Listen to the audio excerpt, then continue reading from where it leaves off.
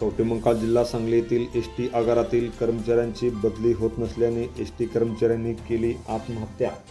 Kavathemahankal ST आगारातील सहाय्यक जावेद अल्लाबक्षी नगारजी राहणार जत वय वर्ष 38 या एसटी कर्मचाऱ्याने विष प्राशन करून आत्महत्या केली। आगार व्यवस्थापकांनी बदलीचा अर्ज अडवून ठेवल्याने आत्महत्या करीत असल्याचे जावेद नगारजी यांनी जिल्हा नियंत्रकांना दिलेल्या निवेदनात म्हटले आहे। या प्रकरणी संबंधित एसटी अधिकाऱ्यावर गुन्हा दाखल होईपर्यंत मृतदेह ताब्यात घेणार नसल्याचा नातेवाईकांनी पवित्रा घेतला।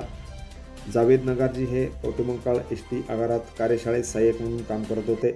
2.5 वर्षापूर्वी नगारजी यांची जत जिल्हा सांगली येथून कवठेमंकाळ येथे बदली झाली होती।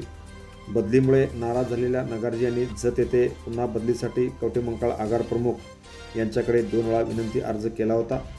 मात्र दिलेले अर्ज जिल्हा नियंत्रकाकडे पाठवले नसल्याने बदली होत नसल्याची नगारजी यांची तक्रार होती।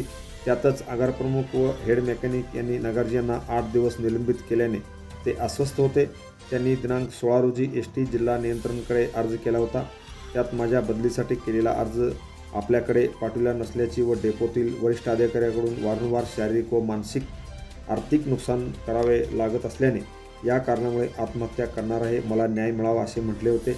या अर्जाच्या प्रती नगारजी यांनी काही मित्रांना पाठवलेल्यावर रविवारी कवठेमंकाळ डेपोत येऊन विष प्राशन केल्याची घटना घडली। नगारजी यांना मिरज सिव्हिलमध्ये उपचारासाठी दाखल करण्यात आले होते। तेथे उपचार सुरू असताना बुधवारी त्यांचा मृत्यू झाला।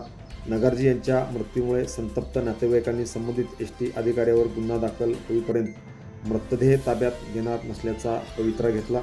जावेद नगारजी यांच्या आत्महत्येचे वृत्त समजताच एसटी कर्मचारी व भीम आर्मीचे अनेक पदाधिकारी सिव्हिलमध्ये धाव घेतली।